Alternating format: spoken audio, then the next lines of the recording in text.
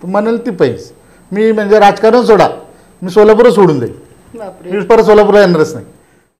बापूंनी विश्वास ठेवला, विजय मालकांनी विश्वास ठेवला. आणि किंवा राजकीय क्षेत्रामध्ये जी खळबळ असेल, जी गुंडगिरी असेल, तडीपार गावगुंड म्हणून ज्याला संबोधलं गेलं, तर माझ्यावर आतापर्यंत 7-8 गुन्हे आहेत शासकीय कामात. भाजपच्या 5 वर्षाच्या सत्तेमध्ये किती नगरसेवकांनी चांगलं म्हणजे वेगळ्या पद्धतीचं वेगळ्या धाटणीचं काम केलं. तर भारतामध्ये काही राजकीय घराणे आहेत ते स्वतःच्या मुलांना स्वतःच्या नातेवाईकांना प्रेझेंट करतात. म्हणजे तिकीट वाटपापासून सुरुवात होते. नमस्कार. श्रीमंती या विचार मालिकेमध्ये मी वैशाली गुंड आपल्या सर्वांचं सहर्ष स्वागत करते. खरं तर आज आपल्या भेटीला एक भन्नाट व्यक्तिमत्व आलं आहे असं म्हटलं तरी चालेल. हो, हे व्यक्तिमत्व आहे सोलापूरच्या राजकारणामध्ये राजकीय नाट्य आणि घडामोडी घडवणारं म्हटलं तरीही चालेल. नेता आणि अभिनेता असंही म्हटलं तरी चालेल. खरं तर आज आपल्या भेटीला आलेले आहेत सोलापूर महानगरपालिकेचे माजी उपमहापौर श्री राजेशजी काळे सर. सर नमस्कार. नमस्ते ताई. नमस्ते. आमची शांतता जर दहशत वाटत असेल तर आमची दहशत कशी असेल.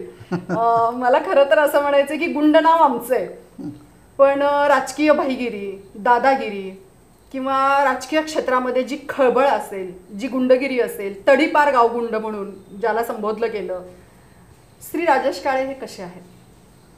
बा कसं आहे, तडीपार गुंडगिरी वगैरे हे जे काय गोष्टी आहेत, खरं पाहायला गेलं तर गुंड माणसाला तिथील जी काय परिस्थिती घडवते. आणि सुशिक्षित गुंड किती आहेत, माझं क्वालिफिकेशन काय कोणाला माहीत नाही, याबद्दल मी कोण आहे माझ्याबद्दल फार लोकांना माहीत नाही आहे. आणि हे जे काही गोष्टी घडल्या आहेत किंवा मी ज्या प्रकारे माझ्या स्टाईलनी काम करतो, माझ्या कामाचं कॉम्पिटिशन कोण करू शकत नाही. किंवा माझी बोलण्याची जी पद्धत आहे की जी वैचारिक पातळी आहे, जे काही लोक कसं असतात की आपण एखाद्याच्या बरोबर जर स्पर्धा करू शकत असेल तर त्याला त्या पद्धतीने करतात. आणि सिस्टमला हे चालत नाही, कारण कायद्यावर बोट ठेवून काम करण्याची माझी पद्धत, ॲग्रेसिव्हपणा आणि काम का होत नाही या संदर्भात. आणि माझ्यावर गुन्हे कुठले 353 शासकीय कामात अडथळा, हे तर माझ्यावर आत्तापर्यंत 7-8 गुन्हे आहेत शासकीय कामात अडथळा. पण शासकीय कामात अडथळा का होतात, ह्याच्यासाठी प्रशासनातले काही अधिकारी असतात की ज्यांचं काही ठरवून त्या पदावर त्या पोस्टवरती बसून राहून फक्त आणि फक्त मलाईदार पोस्ट ज्या आहेत जिथून जास्त इन्कम आहे त्या पोस्टवरती बसून जास्तीत जास्त आर्थिक उत्पन्न कमवणे, लोकांची कामं न करता प्रसिद्धी मिळवणे, काही लोकांना धरून ते थोडंसं म्हणजे कणभर करायचं आणि मनभर दाखवायचं ही प्रवृत्ती. आणि आम्ही खूप चांगलं काम करतो असं दाखवतो. तर अशा लोकांविरुद्ध माझा लढा होता. मी चळवळीत काम करतो आहे.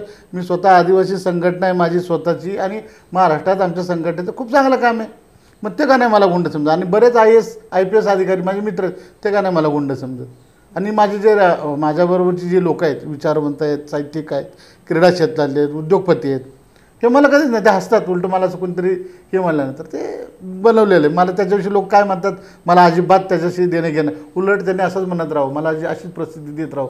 शेवटी बदनाम कोण होत आहे, जिसका नाम होत आहे. मला बदनाम माझं नाव आहे ना मार्केटमध्ये, त्यांचं कोणाचं काय.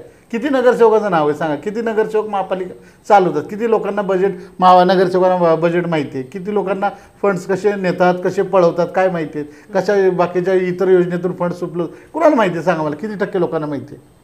भाजपच्या 5 वर्षाच्या सत्तेमध्ये किती नगरसेवकांनी चांगलं म्हणजे वेगळ्या पद्धतीचं वेगळ्या धाटणीचं काम केलं आहे. तुम्ही आणखी एक गोष्ट तुम्हाला ताई मला तुमच्या माध्यमातून सांगायची आहे की 5 वर्षात महानगरपालिकेच्या ह्याच्यामध्ये किती नगरसेवकाने वेगवेगळे प्रस्ताव ठेवलेत आणि किती जण बोललेत. म्हणजे महापालिकेत काही प्रस्ताव ठेवायचे असतात, काही कामं करायचे असतात, किती लोकांनी केलेत. हे काय सिस्टम आहे. आणि तुम्ही जे म्हणताय मला म्हणलं तरी चालेल, गुंड म्हणा, तडीपार म्हणा, अजून काय म्हणायचं ते म्हणू द्या लोकांनी, पण मला माहिती ना मी तसं नाही. माझ्या जवळच्या अगदी जवळच्या लोकांना माहिती ना मी कसं आहे. मला काय वाटत प्रमाणपत्राची गरज नाही, आवश्यकच असतं अजिबात. डॉक्टर विश्वरत्न बाबासाहेब आंबेडकर असं नेहमी म्हणायचे की सुशिक्षित शिकलेली माणसं राजकारणात आली पाहिजेत. तुम्ही आता शिक्षणाबद्दल बोललात, काय आहे बॅकग्राऊंड तुमचं? हे बघा, तुम्हाला सांगतो की प्रत्येक गोष्टीला शिक्षण हे लागतंच. आज शिपाईची जरी नोकरी असेल तर त्याला तुम्ही आता 10वी-12वी केलेले. आज पोलीस शिपाई भरतीसाठी ग्रॅज्युएशन करताय. पोलीस शिपाई आहे ते पद, शिपाईचं पद आहे, पण तुम्ही त्याला ग्रॅज्युएशन केले. पण राजकारणामध्ये कोणतंही शैक्षणिक पात्रता लागत नाही, हम्म. पण मी म्हणतो की शैक्षणिक पात्रता असावी. त्यांना बाकीच्या काही गोष्टी त्या शिक्षणाबरोबर येत असतात. बाबासाहेब म्हणतात की शिक्षण हे वाघिणीचं दूध आहे, हो. ते घेतलं तर व्यक्ती गुरगुरल्याशिवाय राहणार नाही. आणि शैक्षणिकदृष्ट्या विकसित लोक राजकारणात आली पाहिजेत आणि ज्यांना थोडासा तो कळलं पाहिजे की आपण काय करतोय. हम्म. आता कसं असतं, तर बरेच लोक असतात ताकदीच्या ह्याच्यावर ते बाहुबली नगरसेवक असतात, बाकीचे बरेच फंडेत निवडणुकीत निवडून यायचे. ते काय ज्याला जमतात त्याला जमतात, काय असतात गणित असतात राजकारणात. कुठली एरिया आली आपल्याकडे, कुठं काय करायचं, कुठे काय वाटायचे आणि कुठं काय ते करायचं, ते सगळं ठरलेलं असतं. त्यामुळे तसे नगरसेवक होणारे ते काय फायद्याचं नाही. त्यामुळे शैक्षणिकदृष्ट्या विकसित असे माणसं राजकारणात यायलाच हवी. आपण सुशिक्षित लोक काय करतो, राजकारण म्हणजे फार वाईट म्हणतो. पण आपण जर राजकारणाला वाईट म्हणत असो तर मग ते वाईटच होत राहणार ना. आपण राजकारणाला चांगला भाग म्हणून आता बरेच राजकीय लोक सुशिक्षित आहेत, डॉक्टर, मोठे मोठे इंजिनियर्स, ते सुद्धा राजकारणातून यशस्वी होत आहेत. आमचे विखे पाटील, सुजय विखे पाटील डॉक्टर आहेत, MD आहेत. हो. आता खूप चांगलं काम केलं कोरोनामध्ये. बोलतो मग अशी चांगली लोक आली ज्या त्या ह्याच्या विषयात ते त्याचं ते काम करतील ना. खरं. नियोजनबद्ध काम करण्यासाठी सुशिक्षित असणं खूप गरजेचं आहे. खरंच गरजेचं आहे. वारसा हक्काबद्दल काय सांगचाल की बघा. आता वारसा हक्क सगळीकडेच, म्हणजे डॉक्टरचा मुलगा डॉक्टर, इंजिनियरचा इंजिनियर. तर आता असं एक फॅड आहे की म्हणजे मला आदरणीय नितीन गडकरी साहेबांबद्दल नेहमी ते म्हणतात की माझा वारसदार नकोय, मला सर्वसामान्यातनं कार्यकर्ता नेता झालेला बघायचंय. तर खरंच म्हणजे असं राजकीय वारसा सांगणारे आता एक असे काही गवत, आता काय म्हणता येईल त्याला, असे काही पुढे येत आहेत, तर त्याबद्दल काय वाटतं? बघा, महाराष्ट्रातच नाही तर भारतामध्ये काही राजकीय घराणे आहेत, ते स्वतःच्या मुलांना, स्वतःच्या नातेवाईकांना प्रेझेंट करतात. म्हणजे तिकीट वाटोवापासून सुरुवात होते याची, की एखादं पद असतं, जिल्हाध्यक्ष असू द्या, कोणतेही पद असू द्या, तर ते कुठं असावं, ते आपल्या घरात असावं.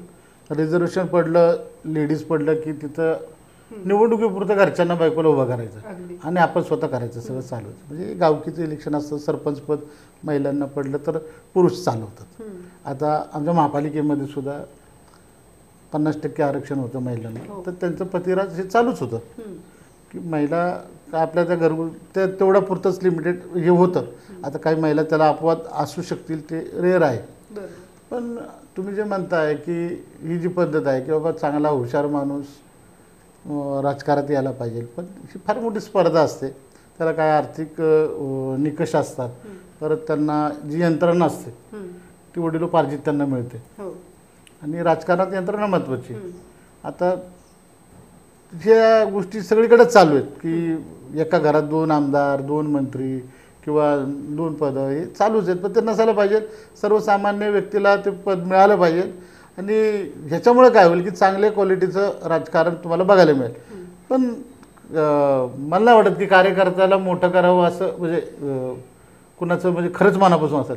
फक्त कार्यकर्त्याला कधी मोठं केलं जातं माहिती आहे का तुम्हाला, जेव्हा रिझर्वेशन पडतं कॅटेगरी वाईज, तो पर्याय नसतो. मग तो त्यातला तर चांगला पर्याय निवडून त्या कॅटेगरीला एखाद्या हे करायचं. पण वडिलोपार्जित, शेवटी बाप कमी आणि आप कमीमध्ये फरक आहे. ते आता वडिलांच्या नावावर झालेली असतात बरेच जण असतात, काय तो नशिबाचा भाग आहे त्यांचा. त्याचा लोकांना काय माहिती, त्यांनी विचारायचं नशीब जर चांगलं असेल तर आपण काय करणार. राजकारणामध्ये स्टार पण खूप महत्त्वाचे असतात.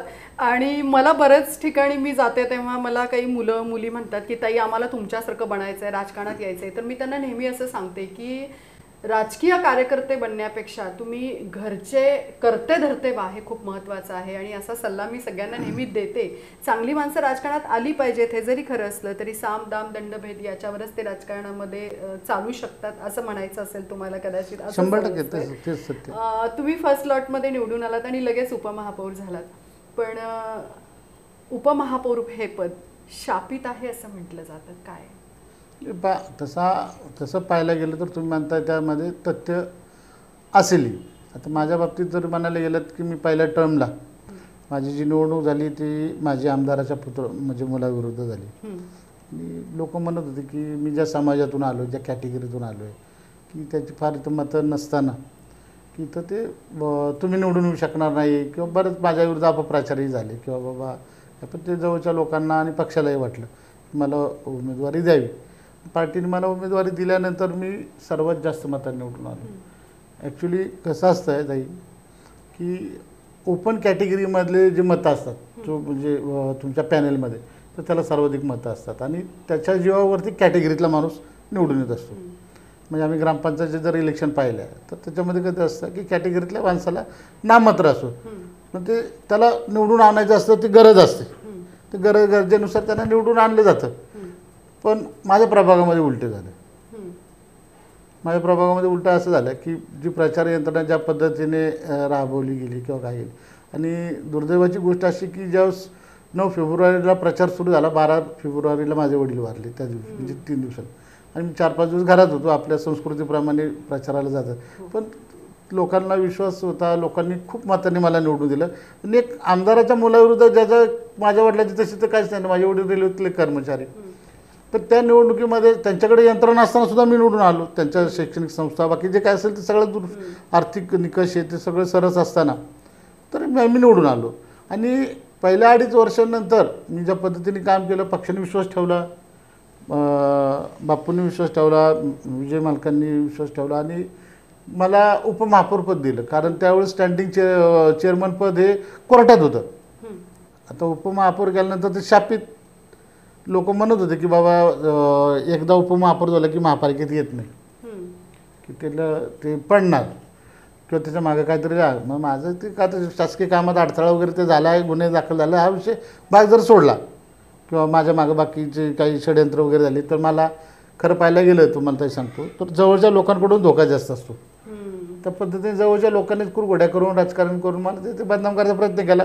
पण ती गोष्ट झाली ती माझ्या फायद्याची झाली. कारण हे सगळं आरोप करताना मी स्वच्छ आहे हे लोकांना कळलं. माझ्या मतदारसंघाला माझ्या प्रभागातल्या लोकांना माहीत झालं. त्यामुळे आता तुम्ही किती जरी आरोप केले खरोखर जरी आरोप केले तरी ते पासणार आहे इकडे काय की बाबा हे खोटं बोलतात. आणि आज इलेक्शन लागू द्या आत्ता इलेक्शन लागू द्या मी 5.5 ते 6 हजाराच्या मताधिक्याने जर निवडून नाही आलो तर म्हणेल ती पैस मी म्हणजे राजकारण सोडा मी सोलापूर सोडून देईन. मी परत सोलापूरला येणारच नाही. खूप लोक आनंदित आहेत की गेल्या 20 वर्षात कामं झाली तेवढी 5 वर्षात मी कामं केलेली आहेत. कॉन्फिडन्सने सांगतो. आणि माहितीच्या अधिकारात कुणी विरोधकांनी म्हणा विरोधक तर माझ्याबद्दल माहिती मागणार नाहीत. माझ्या जवळचे काही लोक असतील त्यांनी मागावी त्यांनी माझ्या कामाची लिस्ट घ्यावी आणि दाखवावी. तसं निवडणुकीत ते आम्ही सांगणार आहोतच. पण भारतीय जनता पार्टीच्यासाठीच मी काम करणार आहे. पक्षाची माझ्यावरती मी विश्वास आहे. मी पक्षाचं काम करा बघा तुम्ही निघा. आणि तुम्ही म्हणता ना म्हणजे अपशकून आहे वगैरे आहे हे सर्व रेकॉर्ड मोडीत निघणार आहेत. सगळं मोडीत निघणार. बदलण्याची हिंमत असलेला हा माणूस आपला माणूस म्हणून प्रभागामध्येच नव्हे तर सोलापूर महानगरपालिकेच्या सर्वच लोकांना परिचित आहे. खरं तर पाण्याचा तळ पाहायचा असेल तर गाळ स्वच्छ करावा लागतो आणि तो गाळ स्वच्छ झालेला आहे. त्यामुळे निरभ्र राजकीय वातावरण मला आहे आणि मी बऱ्याच फरकाने निवडून येईन असंही सांगतात. तुम्ही ज्या समाजातून आलाय म्हणजे भारतीय जनता पक्षात तुम्ही कसे आलात आणि भारतीय जनता पक्षच का निवडला? याचं कारण असं आहे की मी जुळे सोलापूरला राहिलो होतो तर त्या म्हणजे आता राहिला आहे तिथे तर रिझर्वेशन शेड्यूल ट्राईब ST पडलं. त्याच्यानंतर ते अनुसूचित जमाती खुला वर्ग म्हणजे पुरुष मी जिथं राहतो तेथील सर्व लोकांना एकत्र वीरशैवनगरमध्ये आमचा लिंगायत समाज मोठ्या प्रमाणात खूप चांगली लोक आहेत. आम्ही दर महिन्याला मिटिंग असते आमच्या सोसायटीच्या. त्या मिटिंगमध्ये विषय निघाल्यानंतर मी सांगितलं की असं असं शेड्यूल ट्राईबचा माझ्याकडे व्हॅलिडिटी तो पण लोकांना माहीत नव्हतं मी STमध्ये आहे की शेड्यूल ट्राईब आदिवासी आहे. मग ते म्हणले की अरे वा मग आपल्या इथंच येणार ना ते म्हणे आपण. आणि मूळ प्रवाह तिथे भाजपचा आहे. मग ते भाजपाचं तिथे असल्यामुळे बरेच जण म्हणले की आमचे मालकांबरोबर चांगले संबंध आहेत. काही जण म्हणले आमचे नातेवाईक आहेत आपण तिथे जाऊ तिकीट घेऊ विजय देशमुखांकडे बसून ती जबाबदारी आमची. काही जण म्हणले आम्ही बापूंच्या जवळच्या आहोत ती करू. आणि भारतीय जनता पार्टीचं त्या काळामध्ये त्यावेळेस माननीय नरेंद्र मोदी यांचं फार मोठं म्हणजे त्यावेळेस एक लाट होती त्यांच्या होती आत्तासुद्धा आहे. आणि त्यामुळे मग मी ठरवलं की बाबा आणि मूळ पिंड माझा हे हिंदुत्व आणि हे मी लहानपणापासून जे माझी वाचन संस्कृती असल्यामुळे मला ते आवड होती. आणि मी पुण्याला असताना कॉलेजमध्ये त्यावेळेस पांडुरंग खोडकर या अध्यक्ष असताना त्यावेळेस आम्ही सदस्य 5 रुपयाचे त्यावेळेस आम्ही 5 रुपये भरून सदस्य झालेलो क्रियाशील सदस्य. आणि त्यामुळे माझा वोट भाजपकडे होताच आणि योगायोगाने तिथं रिझर्वेशनही पडलं एस टीचं ओपन पण आणि मला तिकीटही मिळालं. त्यामुळे मी भाजप आणि नंतर त्या विचारधारेत मी पुढे चाललो आहे. खरं तर भारतीय जनता पक्षाचं ध्येयच असं आहे की प्रथम राष्ट्र, नंतर देश आणि मग नंतर पक्ष आणि त्याच्याही नंतर मग मी. तर मला वाटतं तीच विचारधारा घेऊन तुम्ही काम करताय आणि जोपर्यंत शरीरामध्ये रक्त आहे तोपर्यंत मी भाजपात आहे किंवा मी हिंदुत्वाचं काम करत राहीन, सर्वसामान्यांसाठी काम करत राहीन, असंच खरं तर भाऊ सांगतायत आपल्याला. खरं तर आता मी मुलाखतीच्या उत्तरार्धाकडे येते आणि माझ्या मनातलेच नाही तर सर्वसामान्यांच्या मनातले हे प्रश्न आहेत. हे प्रश्न मी स्वतः काढत नाही तर माझ्या आजूबाजूला ज्या वेगवेगळ्या क्षेत्रातली लोक आहेत आणि जनसामान्यातनं हे प्रश्न आम्ही मागवतो आणि ते प्रश्न आम्ही तुमच्यासमोर म्हणजे मांडतो. तर आता माझे शेवटचे 2 प्रश्न असे आहेत की राजकारण म्हणजे ही दलदल आहे असं लोक म्हणतात की एकदा स्टार्चचे कपडे अंगावर चढले की त्या माणसाला ती नशा चढते. खरं तर सगळी नशा उतरते पण राजकारणाची नशा उतरत नाही. तर ह्या दलदलीमध्ये जेव्हा ही सगळी स्थित्यंतर आयुष्यात घडत गेली कारण त्याचा इम्पॅक्ट फॅमिलीवर पण खूप झाला कारण तो त्रास तुम्ही नव्हता बघत तर तुमची फॅमिली त्या सगळ्या गोष्टी सफर करत असते. तर एखाद्या माणसावरचा अटॅक हा पूर्ण फॅमिली आणि कुटुंबावरचा अटॅक असतो. तर असं वाटलं नाही का त्यावेळेला की या दलदलीमध्ये मी का आलो आणि का फसलोय? नाही, निश्चित ज्यावेळेस वाईट वेळ येते किंवा तुमच्या राजकारणात आल्यानंतर कुरघोड्या ह्या आल्याच. राजकारणाचा खरा अर्थ तर कुरघोड्याच. एकमेकाला कुरघोड्या करणं, संकटात आणणं, एखाद्याला गोत्यात आणून आमच्या ग्रामीण भाषेत मजा बघणं, हेच राजकारण आहे. बरोबर. आणि हे असं करताना ज्यावेळेस एखाद्या घरातल्या कर्त्या माणसावरती जर अशी परिस्थिती आली तर घरामध्ये मुलं मुली किंवा घरची बायको असेल, बाकीचे नातेवाईक असेल, यांना खरंच खूप त्रास होतो. पण त्रास असा असतो की तो कोणाला सांगता पण येत नाही की बाबा राजकारणात येतात. काही लोक म्हणतात राजकारणात तर हे होत राहतात पण अचानक घडलेला प्रकार असतो. पण मूळ स्वभाव जो आहे, मूळ पिंड जो आहे की संघर्ष, तो घरच्यांना माहितीच आहे की ह्याला ते करणारच. जे काय घाबरत नाही येतोय ते काय ते टेन्शन घ्यायचं नाही. किती दिवस लागतील, अजून 15 दिवस लागेल, आम्ही महिन्यात येईल, ते कॉन्फिडन्स असतो. आणि आम्ही त्याच्यातूनच गेलेलो. आणि मी ज्या समाजातून आलो त्यामुळे ते जेल, कोर्ट, कचेऱ्या, पोलीस हे आम्हाला ते 5वीलाच पुजलं आहे ना. आणि आम्ही त्याला घाबरतच नाही. श्रीकृष्णाचा जन्म जिथं झाला त्या जेलमध्ये, तिथं ज्याचा देवाचा जन्म झाला तिथं आम्ही घाबरणार आहे का? तिथं हे अशा काही गोष्टी त्याला कोण हे नसतं आहे. फक्त कसं असतं थोडंसं फॅमिली लाईफ डिस्टर्ब तर होतेच की बाबा मुलाचे मित्र मुलाला काय म्हणतील, तुझे पप्पा, हे असं काही गोष्टी असतात. पण ते असतात की वास्तव लोकांना जेव्हा कळतं की बाबा हा माणूस खरंच गुंड नाही आहे, हा खरंच म्हणजे. आता मला सांगा, मी ज्या समाजातून आलो आहे, मी तिथं नगरसेवक झालो, उपमहापौर झालो, मला सांगा ताई, मी तिथं मटका चालू करू शकलो नसतो का? मी तिथं जुगार अड्डा क्लब टाकू शकलो नसतो का? मी वाळू धंदा करू शकलो नसतो का? मी कुठंतरी अतिक्रमण करू शकलो नसतो का? मी चायनीज गाड्या लावू शकलो नसतो का? किंवा मला एखाद्याने तरी सांगावं की मी एखाद्याच्या जागेवरती काहीतरी हे केलं आहे, किंवा मी कुठला सावकारी धंदा केला आहे किंवा काय केलं, मी हे सगळं केलं असतं. हे मला आमच्या म्हणजे मी ज्या संस्कृतीतून आलो आहे तर त्यासाठी फार शून्य गोष्टी आहेत, छोट्या गोष्टी आहेत. पण मला जुळं सोलापूरकरांनीच नाही, सोलापूरकरांना माझा स्वतः प्रश्न आहे की मी खरंच एखाद्या महिलेला छेडलं आहे का किंवा एखाद्या महिलेकडे वरती डोळे करून बघितलं आहे का? त्यांनी सांगावं. या प्रश्नाची त्यांनी प्रश्नावली तयार करावी आणि याची उत्तर त्यांनीच द्यावी. त्यांनी तर म्हणत असेल मला गुंड, मला मान्य, मी कबूल करतो, मी गुन्हेगार आहे. मी असं काही केलंच नाही. हो, करायचं असं तर केलं असतं का नाही? मी 4 पोरं आणून ठेवलं असतं नाही, तिथं जागोजागी कॅन ठेवलं असते, काय केलं असतं सांगा बरं मला? काय पोलीस प्रशासनानं काय काय चालू नाही सगळ्या गोष्टी. काय लोक 4 रुपये हप्ते देतात, मी 8-10 रुपये दिले असते आणि मला पैसे कमवायचे काय असतं? आपण मला जे वडिलोपार्जित मिळालेलं आहे तर मी कशाला करू काय? मी शैक्षणिकदृष्ट्या विकसित, मी पैसे कमवणारच. मी कुठूनही पैसे कमवू. माझ्याकडे बरेच गोष्टी, माझे स्वतःच्या फर्ममध्ये काम करतो आहे, मी NGO म्हणून काम करतो आहे. पण ह्या गोष्टी मी केल्यात का? त्यामुळे आमच्या लोकांना जर विचारलं, हे राजेश काळे लय गुंड आहे, अरे पण ते काय केलं आहे? त्यांनी 10 मुलं असं घेऊन गेला आहे, कुठंतरी मारहाण केला आहे, कुठल्या हॉटेलचे बिलं दिले नाहीत, कुठं काहीतरी केलं, असं काय आहे का प्रकार? त्यामुळे हे जे आरोप करण्यापूर्वी लोकांनी 10 वेळा विचार करा. लोक काय म्हणतात की राजेश काळे महापालिकेतल्या अधिकाऱ्यांना शिव्या देत आहे, दम देते, पण आमचं तरतूद आणतं आहे, काम करतं आहे, बल्ब चालू करतं आहे, ड्रेनेजचं काम करतं आहे, लाईट सगळं रस्ता करून दिला, बगीचा माझ्या काळात जेवढं बगीचा डेव्हलप झालं तेवढं झालेत का जुळे सोलापूरमध्ये? मी जेवढं डेव्हलप केलं, कुणी यावं माझ्यासमोर बसावं. हां, आज बसवेश्वर उद्यानासारखी जागा मी कशा ह्याच्यातून करतोय ते माझं मला माहिती आहे. त्याला किती अडचणीत मला माहिती आहे. बसवेश्वराचं नाव दिल्यामुळे किती काय होतं ते मला माहिती आहे. त्यामुळे हे वास्तव आहे की जी काम करण्याची पद्धत आहे लोकांना माहिती आहे. त्यामुळे ते मी असं काही आरोपांना किंवा राजकीय दलदल तुम्ही जे म्हणताय तर ते तुमच्यावरती आहे, तुम्ही घेण्यावरती आहे. तुम्ही काय घेताय.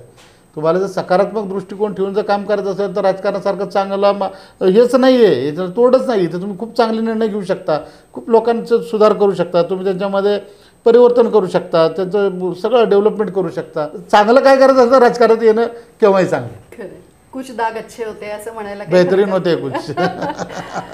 येत्या महापालिकेमध्ये तुम्ही पुन्हा उभे राहताय आणि बहुमताने निवडून येतोय असा दावाही करताय. महापालिका लढवाल, निवडूनही याल, पण भविष्यात आणखीन वेगळं काही की माझा प्रभागाच्या पलीकडे पण काही नियोजन आहे का? असणार ना.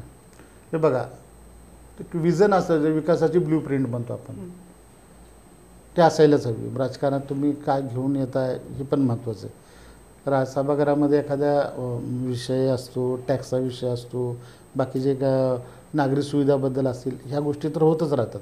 पण नागरी सुविधा बरोबर मूलभूत काही गरजा आहेत सोलापूरकरांच्या, त्याबद्दल सकारात्मक दृष्टिकोन ठेवायला पाहिजे. आपली तरुण मुलं आज जर पुण्या मुंबईला जात असतील, परदेशात जात असतील, बेंगलोरला जात असतील तर दुर्दैव आहे. आता IT पार्कच्या नावावरती बरंच राजकारण होतं, पण IT पार्क मला वाटतं की याच्या अगोदर 15 वर्षापूर्वी व्हायला हवं होतं, तर आपली मुलं गेली नसती इथून. आज माझ्या प्रभागामध्ये तर काय तुम्हाला सांगायचं, ज्येष्ठांचाच प्रभाग आहे, सिनियर सिटीजनचा. तर इथं फार मोठ्या प्रमाणात आर्थिक सुबत्ता आहे सोलापूरमध्ये. माझा दावा आहे, मी म्हणतो की फार मोठी आर्थिक सुबत्ता आहे. खूप विद्वान लोक आहेत सोलापूर. देशाला सोलापूरकरांनी दिलेले, देशाला म्हणजे एवढी सगळ्या गोष्टी सोलापूरकरांमध्ये आहे. तर इथं काही चांगल्या गोष्टीसाठी बरेच लोक स्ट्रगल करत आहेत. विमानसेवेबद्दल स्ट्रगल करत आहेत, IT पार्कबद्दल स्ट्रगल करत आहेत, काही बऱ्याच गोष्टी आहेत जे इन्फ्रास्ट्रक्चर डेव्हलपमेंट म्हणतो आपण, त्याबद्दलसुद्धा अजून म्हणावं एवढं ते झालेलं नाही. तर ह्या दृष्टीत एक सुशिक्षित असं एकदम चांगली जी लोकं आहेत, जी क्वालिफाईड लोकं आहेत, त्या त्या क्षेत्रात काम करतात, ह्या लोकांनी राजकारणात यायला पाहिजे. मी जे म्हणतो नुसतं IT पार्क नाही तर ते सोलापूरला, आता मी सांगतो पुणे डेव्हलपमेंटच्या बाहेर गेले, मुंबई गेले, मुंबईनंतर पुणे गेले. आता तुम्हाला सांगतो त्याच्यानंतर जर डेव्हलप होणार असेल तर सोलापूर आहे. आणि इथून ज्या बाकीच्या सगळे राज्य जोडलेले आहेत सोलापुरांना, म्हणजे आंध्र असेल, तेलंगणा असेल, कर्नाटक असेल किंवा काय बाकीचे जे कोण राज्य असेल, तर आता ह्याच्याशिवाय सोलापूरशिवाय डेव्हलपमेंट नाही आहे. त्यामुळे सोलापूर आता ह्या 5-10 वर्षामध्ये 100% होईल. इथला जो अजून महत्त्वाची गोष्ट आहे की इथं पाण्याची गोष्ट आहे. सोलापूरच्या सर्व निवडणुका ह्या पाण्यावरती होणार आहेत. कारण नुसतं बोलबच्चन करून चालणार नाही. आज 10 दिवसाला पाणी येतं आणि 10 दिवसाला पाणी येतं. महिलांची सुरुवात होती पाण्यापासून ते झोपेपर्यंत. कारण समांतर जलवाहिनी म्हणतोय आपण, हे सगळं म्हणतो ते येईल, पण ह्या सगळ्या गोष्टी अगोदरच यायला पाहिजे होत्या. आणि खरं तर सोलापूरकरात माझं तर एक ठाम मत आहे, सहनशक्ती जास्त, सहनशक्ती फार अफाट आहे बाबा सोलापूरकरांची. तर काय होतं आहे की आपण एवढं सहन करतो आहे. आज 10 दिवसाला पाणी येतं आहे आणि आता तर ह्या वर्षी तर काय होईल सांगता येत नाही. उजनी 55% आहे आजच्या तारखेला आत्ता. आणि बाकीच्या इकडं पाणी सोडायचं चाललं आहे. मला वाटतं की जानेवारीलाच ती 0वर होईल आणि त्यानंतर खाली येईल, मायनसमध्ये जाईल. ज्यावेळी फेब्रुवारीमध्ये तर मायनसमध्येच असणार आहे सगळी. मग नंतर पाण्याचं काय करणार तुम्ही, पाण्याचं नियोजन काय करणार, फार मोठा प्रश्न पडणार आहे सोलापूरकरांसाठी. तर ह्या गोष्टीचं विजन ठेवून काही लोकांनी राजकारणात सुशिक्षित अशा लोकांनी आलं पाहिजे. माझी त्यांना खरंच विनंती. नक्की सोलापूर एकदम खूप छान, मला म्हणजे असं दिसतंय ब्राईट फ्युचर, ब्राईट आहे सोलापूर. तुम्ही इतकं सांगताय, तुमची तळमळ लक्षात येते. म्हणजे मनात एक प्रश्न येतोय, हा कर जो जमा होतो, म्हणजे आपण महापालिकेला जो कर भरतो तो हद्दवाढ भागातनं बहुसंख्य कोट्यवधी रुपयांचा जातो. जसं पुण्याला पिंपरी चिंचवड महापालिका ही अशी एक जोडली गेली, कारण ते झेपलं नाही. महापालिकेला हद्दवाढ भागाचा विकास झेपत नाही किंवा अजूनही ड्रेनेज नाही आमच्या इथे. पाणी आत्ता तुम्ही खंत व्यक्त केली की 10-10 दिवसाला पाणी येते, पण वर्षभराची पाणीपट्टी आम्ही भरतो. रस्ते नाही आहेत आमच्याकडे. एखादा आमदार काय करणार आहे किंवा एखादा नगरसेवक काय करणार आहे? तर इकडे जुळे सोलापूर महापालिका अशी वेगळी करता येईल का? त्यासाठी काही नियम, अटी किंवा नाही, त्याला काय असं असतं, त्याला ताई लोकसंख्येचा त्याला कॅटेगरी आहे. आपली महापालिका ही ड झोनमध्ये येते आणि पुण्याची महापालिका अ गटामध्ये येते. पुणे, नाशिक, मुंबई आणि पिंपरी चिंचवड सुद्धा अ गटात येते. तर ते प्राधिकरण म्हणून आहे. ते ॲक्च्युली लोकसंख्येच्या आधारे ते तुम्ही त्याचं ते डिवायडेशन होतं. आणि जुळे सोलापूरचं जर व्हायचं असेल तर त्यासाठी किमान 12 लाख 10 ते 12 लाख लोकसंख्या अपेक्षित आहे. आता हे होण्यासाठी आपल्या मूळ शहराची लोकसंख्याच तेवढी 10 लाख 10 ते 11 लाख लोकसंख्या आहे संपूर्ण शहराची. म्हणून जर हद्दवाढ भाग जर त्याच्यात जर वेगळा केला तर 3-4 लाख उरतील, 4-5 लाख उरतील. तर ते तसं ह्या घडीला तरी ते काही मला तर वाटत नाही होईल म्हणून. आणि ते अजून 20-एक वर्षांनी किंवा 15-20 वर्षांनी ते होईल, निश्चित होईल. जास्त लोकसंख्या वाढेल आणि हद्दवाढची ती सीमा वाढेल तर ते प्राधिकरण वगैरे त्यावेळेचा विषय. आता तर 20-एक वर्ष तरी होणार नाही, ती फक्त चर्चा होईल त्याच्यावर. खरं तर बरेच विषय महापालिकेच्या अंतर्गत येतात. खरं तर गुंठेवारीचा विषय असेल, विमानतळाचा विषय असेल, रस्ते असेल, ड्रेनेज असेल, पाणी असेल, म्हणजेच गटर वॉटर मीटरवरच महापालिका दरवेळेला होते असंही आत्ता आपण चर्चांती पाहिलं. या सगळ्या प्रश्नांवर प्रकाशझोत टाकत असताना बऱ्याच प्रश्नांची उत्तरं आमच्या रसिक प्रेक्षकांना मिळाली असेल अशी अपेक्षा करते. आणि तुमच्याबद्दलचा आमचा असलेला स्नेह किंवा तुमच्याबद्दलच्या ज्या काही गोष्टी सर्वसामान्यांच्या मनामध्ये आहेत तो एक प्रकाशझोत टाकायचा होता त्या सगळ्या गोष्टीवर. कारण अशी माणसं आणि असं काम हे पुढं आलं तरच खरं तर हद्दवाढ भाग असेल किंवा सोलापूर महानगरपालिकेचा विकास याच्यामध्ये राजकीय अनास्था असेल किंवा IT पार्कसारख्या विषयावरची राजकीय शोगिरी असेल, जे काही असेल ते, तर बरेच विषय बोलता बोलता दिवसभराचं पारायण होईल. पण बऱ्याच विषयांना आम्ही टच केलं आहे. तुमचे काही प्रश्न असतील तर मुलाखतीच्या कॉमेंट बॉक्समध्ये तुम्ही नक्की द्या आणि ही मुलाखत कशी वाटली ते सांगा. पण जाता जाता मला इतकंच वाटतं, खरं तर हा माणूस गुंड आहे असंच म्हणावं लागेल. कारण राजकारणामध्ये काम करणारी माणसं, वैचारिक गुंडगिरी करणारी माणसं ही अपेक्षित असतात.